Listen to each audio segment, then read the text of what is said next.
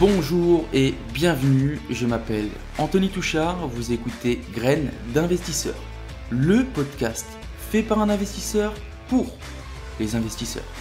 Ici on parle d'immobilier, de développement personnel et d'entrepreneuriat. L'objectif de ce podcast est de vous donner des clés et des conseils et pourquoi pas vous aider à entreprendre le changement de votre vie. Alors installez-vous confortablement, je vous souhaite une bonne écoute, c'est parti.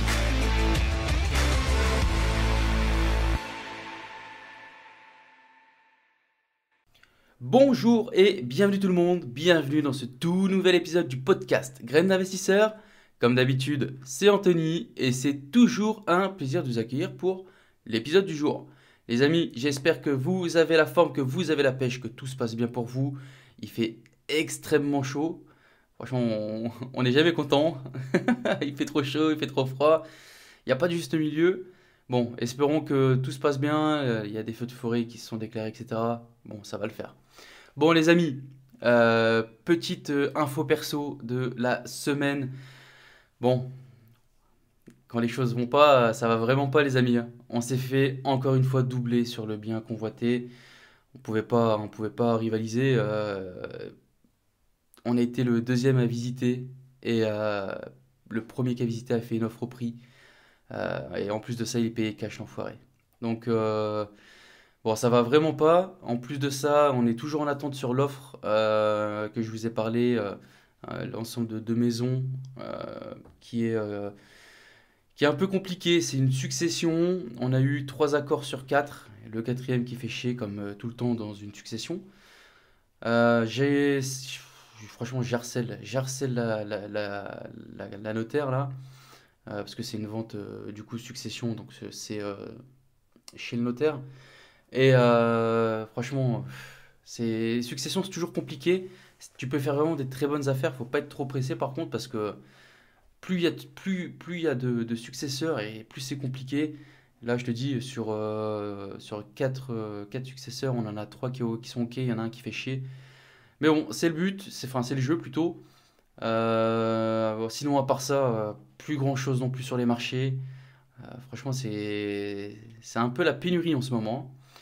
On continue la veille active, mais franchement, ça s'annonce pas très très bon pour la fin d'année.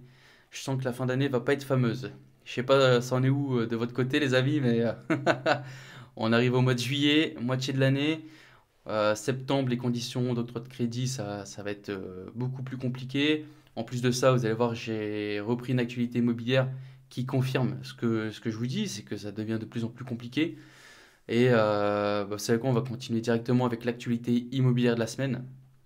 Et je voulais revenir à vite fait sur, je sais pas si vous avez suivi, il y a une histoire d'un couple qui a acheté un logement avec squatter. Je sais pas si ça vous parle. Ça a été médiatisé, ils sont passés à TPMP, il me semble, ou quelque chose comme ça.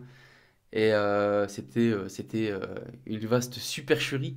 Alors, pour vous faire grosso modo l'histoire, hein, ils ont acheté une maison allez, ils l'ont acheté à moitié prix, dans un secteur bien tendu, etc. Et la maison vaut aux environs de 280 300 000 selon les dires, hein. J'ai pas été vérifié. Et ils ont réussi à l'acheter à 140 000 euros. Comment ils ont fait? Tout simplement parce que la maison était squattée depuis fort fort longtemps. Et on connaît un peu la législation sur les squatteurs, on sait tous que c'est compliqué. Ces gens-là ont été, franchement, pour moi, c'est quand même quand t'es propre dans l'histoire, c'est quand même un petit coup de génie. Parce qu'ils ont acheté à 140 000 euros et derrière, ils ont été médiatiser l'histoire. Notamment, tout a commencé par Le Parisien, qui ont écrit un article, etc.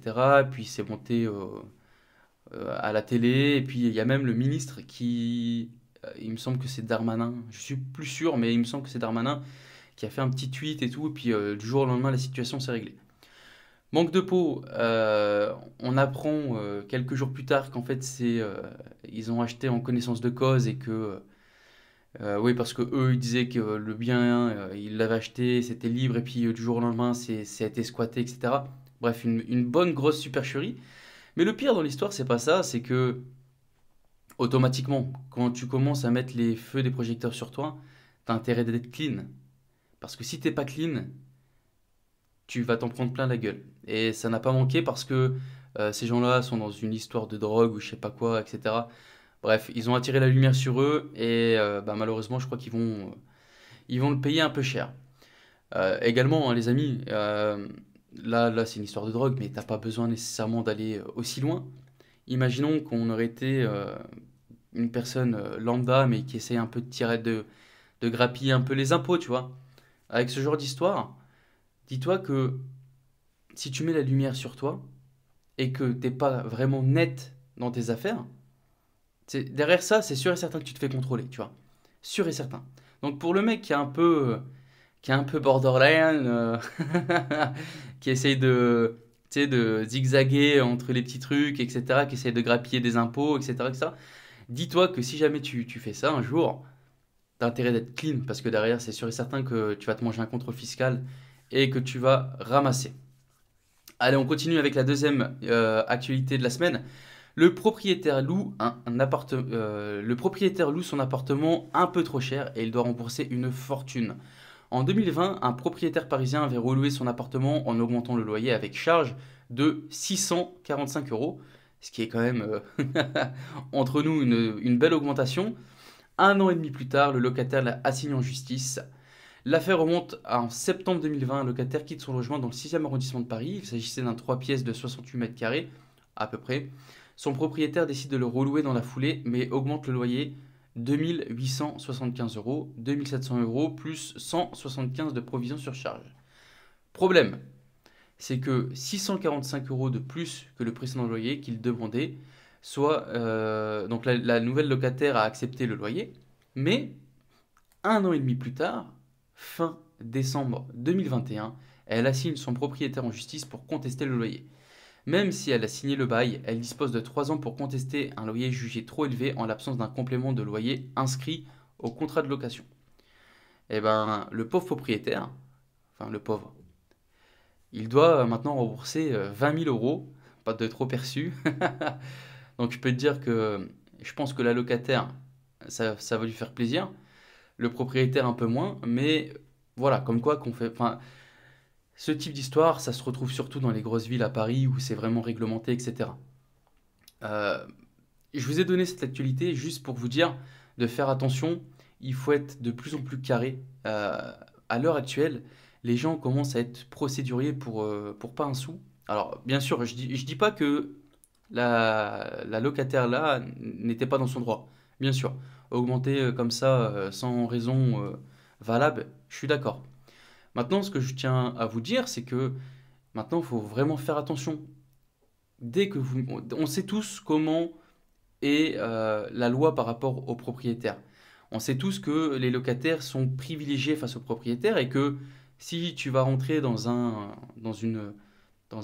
dire, dans un débat de justice avec un locataire, tu pars quand même avec un petit fardeau au pied, tu vois, un petit boulet. Et le problème, c'est que maintenant, de plus en plus de gens commencent à utiliser la loi, à aller en justice pour en sortir gagnant, tu vois, clairement. Il y en a, ils ont rien à perdre, hein, tu vois, c'est comme, je parlais avec quelqu'un qui a eu des loyers impayés, la locataire a été jusqu'au bout. Jusqu'au bout. Pourquoi? Bah parce que insolvable. Donc derrière, ces frais de justice payés, le proprio, bah malheureusement lui, il a payé tous ses frais de justice. Et même si tu viens gagner, elle est insolvable. Qu'est-ce que tu vas faire? Tu vas jamais récupérer ton argent et au contraire, tu as perdu de l'argent en engageant tous les frais de justice, etc. Donc des fois, voilà. Je vous dis les amis, maintenant, il faut être vraiment carré. Il n'y a plus de logement salubre. Tout ça, c'est fini. C'est fini. On va venir aussi, je fais écho sur le podcast de la semaine dernière ou il y a 2 semaines, sur les DPE. Olivier, il vous l'a dit. Ça va devenir de plus en plus compliqué et vous allez voir que ça va se répercuter. Les locataires, dès que ils seront dans une passoire thermique où pour eux, ils vont juger qu'ils payent trop cher, ils vont te demander de changer la chaudière, ils vont te demander de changer les fenêtres double vitrage pour mettre du triple, etc., etc. Donc, les amis, méfiance. On continue avec les crédits immobiliers pour faire écho à ma petite intro perso. Crédit Immobilier, la Société Générale et le Crédit du Nord suspendent une partie des prêts, des dossiers de prêt. Les conditions d'octroi de prêt deviennent si contraignantes et les marges si faibles pour les banques que certaines préfèrent désormais limiter totalement le nombre de clients emprunteurs. Petite information supplémentaire, il faut savoir que les banques sont tellement ric-rac qu'elles ne préfèrent prendre que les dossiers en direct. C'est-à-dire qu'une majorité des dossiers de courtiers sont mis en stand-by. Donc, si jamais vous êtes dans une recherche de prêt actuellement, je vous conseille d'aller démarcher les banques vous-même.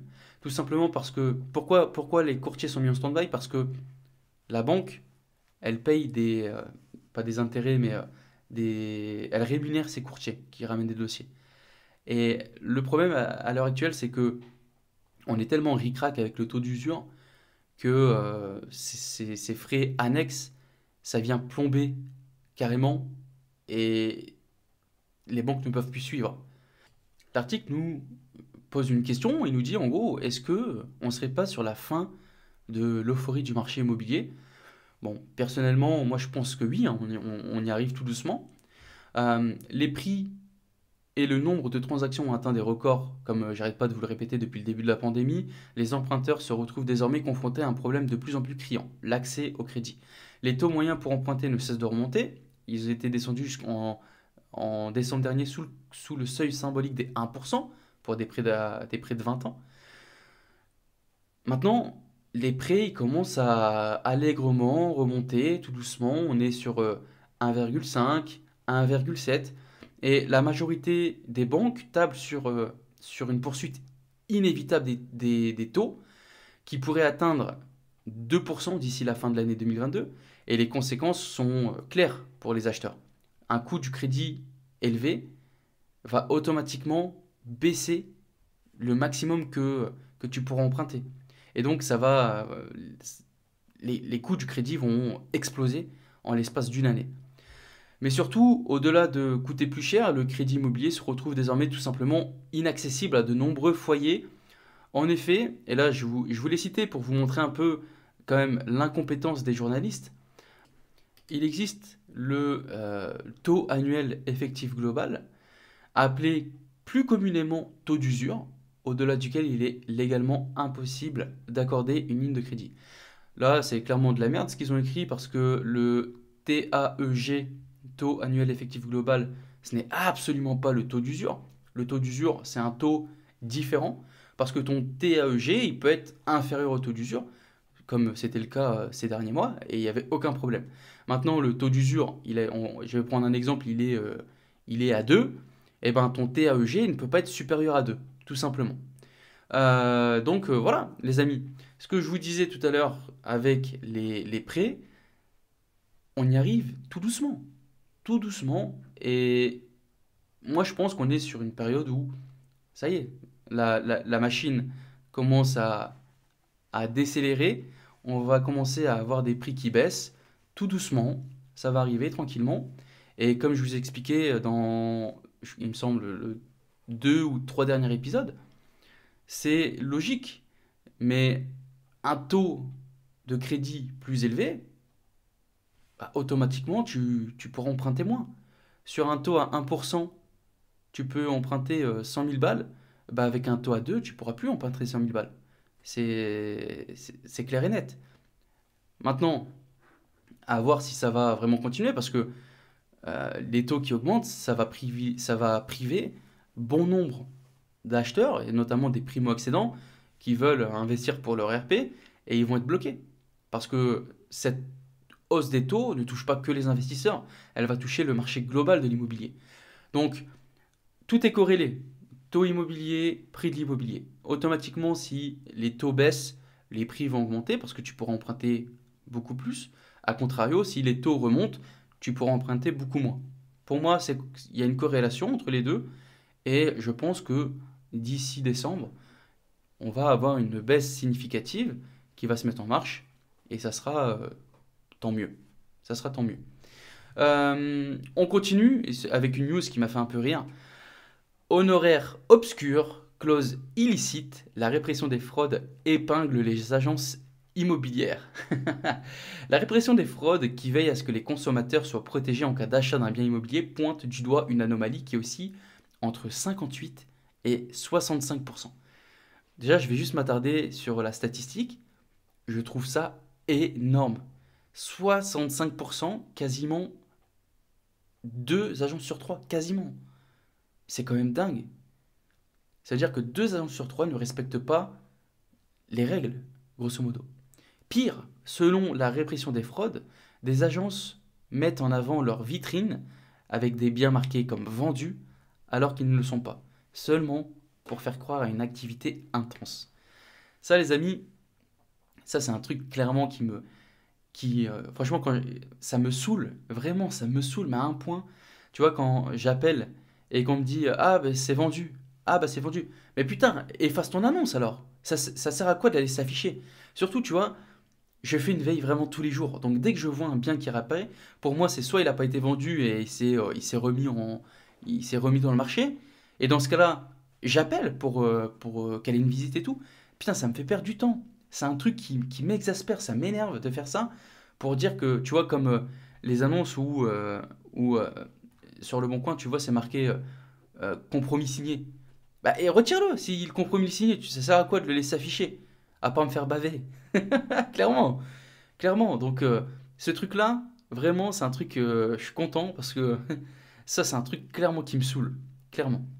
Ensuite, on vient sur les problèmes liés au diagnostic de performance énergétique, le fameux DPE, qui, je vous rappelle les amis, mais on a fait un épisode vraiment qualitatif avec Olivier.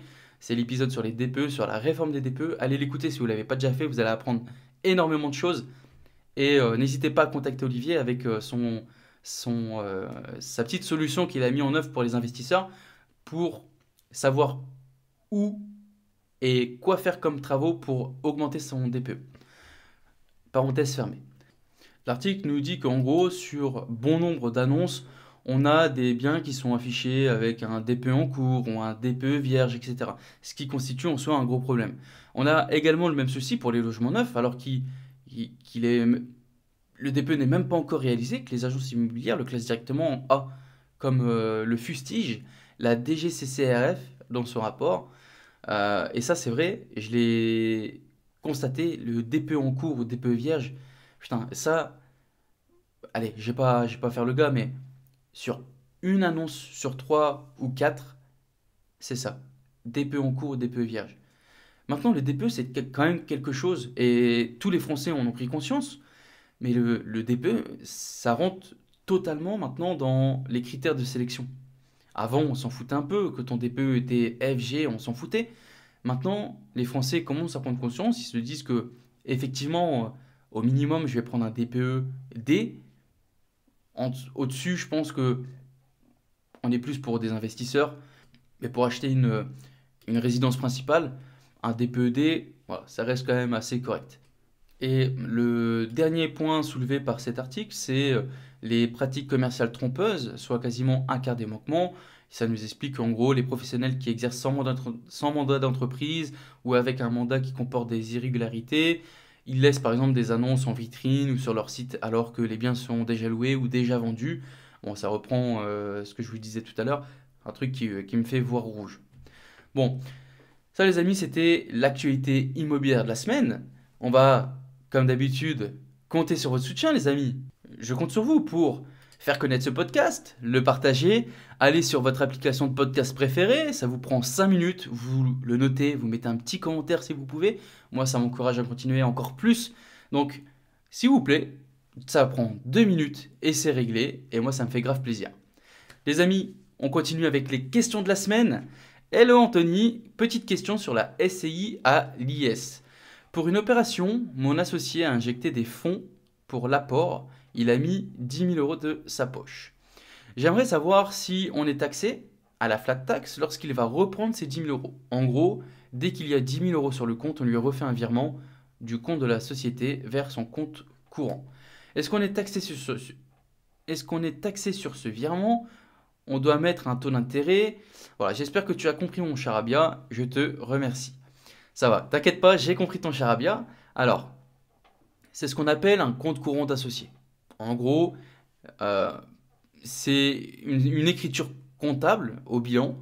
La société, enfin la SCI a une dette envers bah, du coup ton associé. Et du coup, effectivement, tu pourras rembourser ton associé avec la trésorerie disponible. Ce n'est pas c'est pas compté comme des dividendes, donc ce n'est pas imposé. Donc il y a pas de flat tax, il n'y a pas d'impôt de quelque sorte qu'il soit. En gros, c'est simplement une avance de trésorerie que tu vas récupérer au centime près une fois que la SCI aura généré des fonds. Bon, si jamais, si tu es sur une SCI LIS, tu dois te faire accompagner par un comptable qui va t'expliquer tout ça. Donc, n'hésite pas à lancer ton comptable pour savoir comment faire. Il faut écrire ça proprement. Et puis, normalement, tout va bien rouler. Il n'y a pas de problème. C'est ce qu'on appelle un compte courant d'associé. Tu peux mettre 10 000, 15 000, 20 000, 2 000 si tu veux. Dès que la SCI a généré des fonds et que tu as de la trésorerie disponible, tu rembourses à l'associé ou à toi-même. Voilà, ça fait les choses bien. On continue avec une deuxième question. Salut Anthony, dis-moi, euh, lors de la demande d'un prêt en nom propre, est-ce que je dois mentionner obligatoirement les prêts loyers d'une SCI LIS? J'ai divers sons de cloche et du coup, je ne sais pas trop. Certains courtiers m'ont dit que la SCI est une entité distincte du gérant en nom propre, mais j'ai un doute. Il me semble que la banque vérifie systématiquement si on est gérant d'une société, non? Alors, euh, qu'est-ce que je peux te répondre? Déjà, premièrement, lorsque tu fais une demande de prêt en SCI, dans la majorité du temps, dans la majorité des cas, on va te demander d'être caution solidaire. Donc, si tu es caution solidaire, normalement, je dis bien normalement, tu dois annoncer ces prêts. Pour moi personnellement, pour des financements en société, j'ai toujours dit la vérité. Cependant, je sais qu'en gros, c'est pas vu, pas pris, pris, pendu, clairement. Je sais qu'il y a beaucoup de personnes qui n'hésitent pas à cacher ces informations, mais en gros, voilà, si la banque s'en aperçoit, c'est tendu, tu vois. Surtout que une société, ça se retrouve assez facilement. Sauf si, voilà, t'es pas le gérant, etc., etc. Ok. Mais tu sais, si on tape ton nom sur Internet, on sait combien t'as d'entreprises, combien de sociétés, etc., etc. Et du coup, ça matche bien un peu sur le sujet du jour. Parce que le sujet du jour, c'était en gros mentir pour réussir, mentir pour accélérer fort. Est-ce que c'est bien de mentir à la banque pour, par exemple, faire financer deux biens, pour faire financer deux biens simultanément? Est-ce que c'est bien? Est-ce que c'est pas bien? Est-ce que ça se fait? Est-ce qu'il faut pas le faire? Moi, personnellement, je vais pas faire de mytho, je l'ai déjà fait. J'ai déjà fait financer deux immeubles simultanément dans deux banques différentes. Ça s'est très bien passé. Les banques sont satisfaites parce que ils sont satisfaites. On va pas dire ça comme ça, mais en gros, j'ai retravaillé avec eux par la suite. Et voilà, ça s'est pas, comment dire, ça a pas été, ça a pas déclenché de problème, grosso modo. Maintenant, est-ce que légalement ça se fait? Légalement, c'est vraiment borderline de fou. Euh, j'ai entendu dire, j'ai ouï dire, je vais jamais vérifier cette information, mais j'ai ouï dire que si tu te fais prendre par la banque peut te demander de rembourser tout illico presto. Ça, voilà, c'est des bruits de couloir.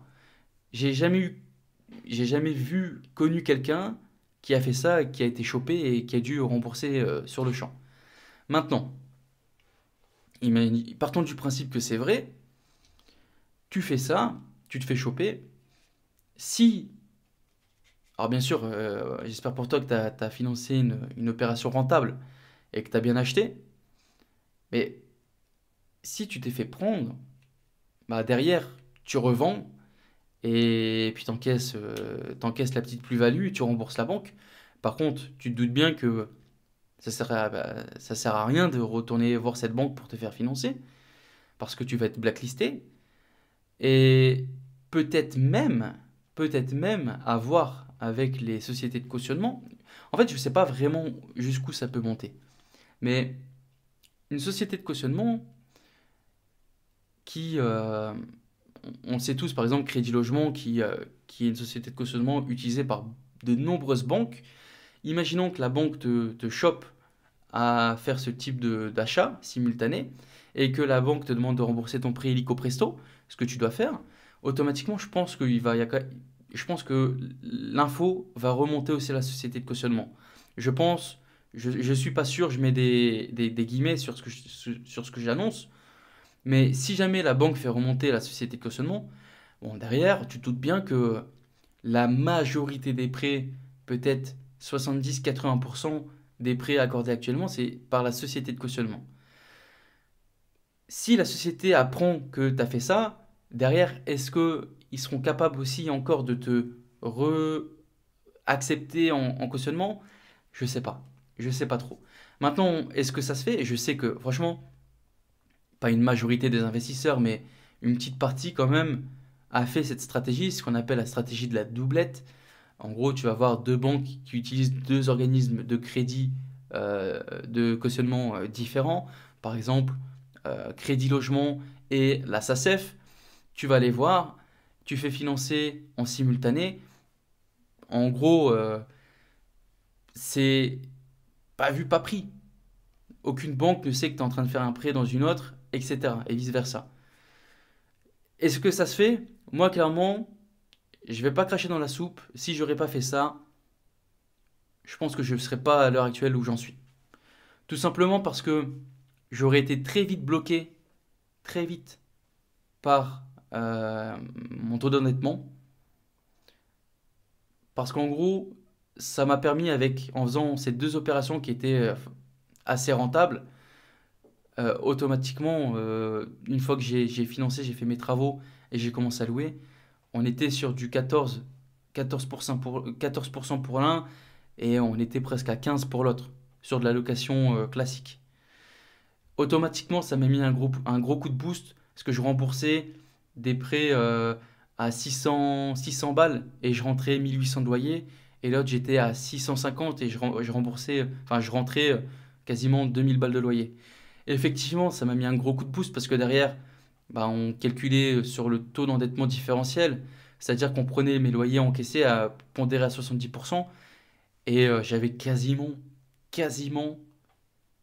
l'équivalent de mon salaire. Alors que si je serais passé de manière beaucoup plus classique à faire un emprunt et puis aller financer un autre, on m'aurait titillé, tu vois, on m'aurait dit, ah, monsieur Touchard, vous n'avez pas de RP, ah, vous n'avez pas ci, ah, vous n'avez pas ça, vous avez déjà fait un investissement, mais maintenant, il faudrait peut-être penser à la RP, etc., etc. Donc, je vais pas cracher dans la soupe, moi je pense quand même que c'est un gros coup de boost.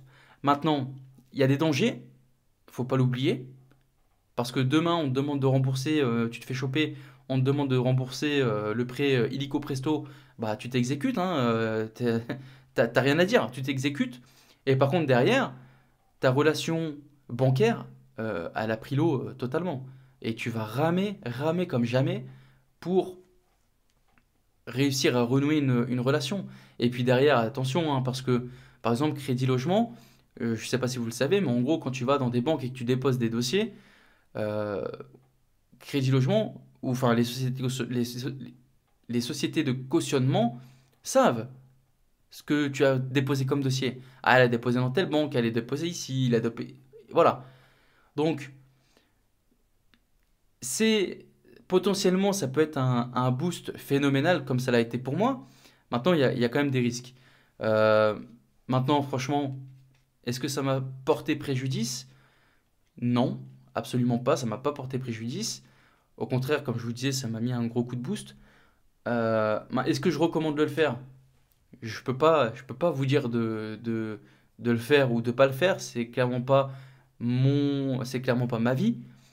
Si tu es prêt à prendre le risque, bah, tu te débrouilles, tu prends tes responsabilités, tu es comme un grand. Comme je vous ai dit, les amis, hein, il n'y a personne qui va venir pour vous prendre par la main et qui va dire, vas-y, fais ça, fais ça. Dans la vie, il faut être aussi responsable et il faut toujours, voilà, assumer ses choix. Il faut toujours assumer ses choix. Si tu le fais, bah voilà, tu assumes les conséquences. Tu sais, ça me fait un petit parallèle sur la crypto. Euh, bon, on sait tous que la crypto, ça a chuté de manière assez drastique, je dirais. Et la dernière fois, je suis tombé sur une vidéo de Asher. Alors, si vous connaissez pas, c'est une chaîne. Asher, c'est un Français qui est dans l'univers des cryptos. Et il a une chaîne qui s'appelle Asher, du coup. Son nom, c'est Owen Simonin. Euh, et dans un des commentaires sous une de ses vidéos, j'ai quand même déchanté parce que je me dis, on est vraiment dans un putain de pays d'assistés. Parce que voilà, on sait que actuellement les cryptos c'est pas non plus la joie. Et sous une de ces vidéos, il y avait quelqu'un qui disait ouais Asher, franchement merci, grâce à toi j'ai perdu X euros, j'aurais jamais dû te suivre, etc., etc. Mais moi je comprends pas. Je comprends absolument pas comment tu peux reprocher à quelqu'un d'avoir. Il t'a jamais dit de le faire. En plus, dans toutes ces vidéos, voilà, il te le dit de prendre, de faire ses propres choix et de pas se faire influencer. Comme moi, j'arrête pas de vous dire, les amis, il faut faire vos propres choix. Comment tu peux venir reprocher à quelqu'un qui t'a donné sa vision, qui t'a dit ce qu'il allait faire? Tu penses que lui aussi, je pense que lui aussi, il a perdu de l'argent. Et c'est pas, enfin, il t'a pas niqué, enfin voilà, tu vois. Donc, les amis, il faut être responsable de sa vie, responsable de ses choix. T'as décidé de poser, bah voilà, t'assumes, ça tombe. Moi, j'ai écouté un pote, je me suis pris, j'ai posé sur un truc. Franchement, j'étais pas, j'aurais dû m'écouter. J'aurais dû m'écouter, mais voilà, il faut assumer ses choix. J'ai posé 3000 balles sur un truc en rapport avec la crypto, qui, franchement, ça a rapporté un max pendant 4 jours. Ça a rapporté un max pendant 4 jours. Et après, mon argent, il est parti dans les tréfonds de la blockchain. Et je le reverrai plus. Je le reverrai plus. Mais voilà, j'en veux à personne. J'ai fait mes choix, j'ai posé dessus, j'ai perdu. Voilà, c'est tout. Basta. Certes, quand tu as des difficultés financières, etc., ça peut se comprendre. Mais dans ce cas-là, tu vas pas faire de la crypto. Tu vas pas investir en bourse alors que. Enfin, parce que voilà, c'est facile de d'être content, de suivre tout le monde, etc. Quand tout monte. Quand tout monte, tout le monde est le meilleur investisseur de sa life. Il y a pas de problème. Quand tout monte, quand on est sur une traction to the moon, ouais, super, super. Tout le monde, t'es un putain d'investisseur. Putain, mec, t'as été Warren Buffett. Oh là là, t'es trop fort. Ouais, sauf que c'est quand le marché va mal qu'on voit. Je sais pas si vous vous rappelez, je vous avais donné ce dicton ou cet adage. C'est quand la mer se retire qu'on voit qu'il y a à poil. C'est clairement ça. Là, à l'heure actuelle, ceux qui commencent à gagner dans la crypto, voilà, c'est ceux qui continuent à investir à l'heure actuelle.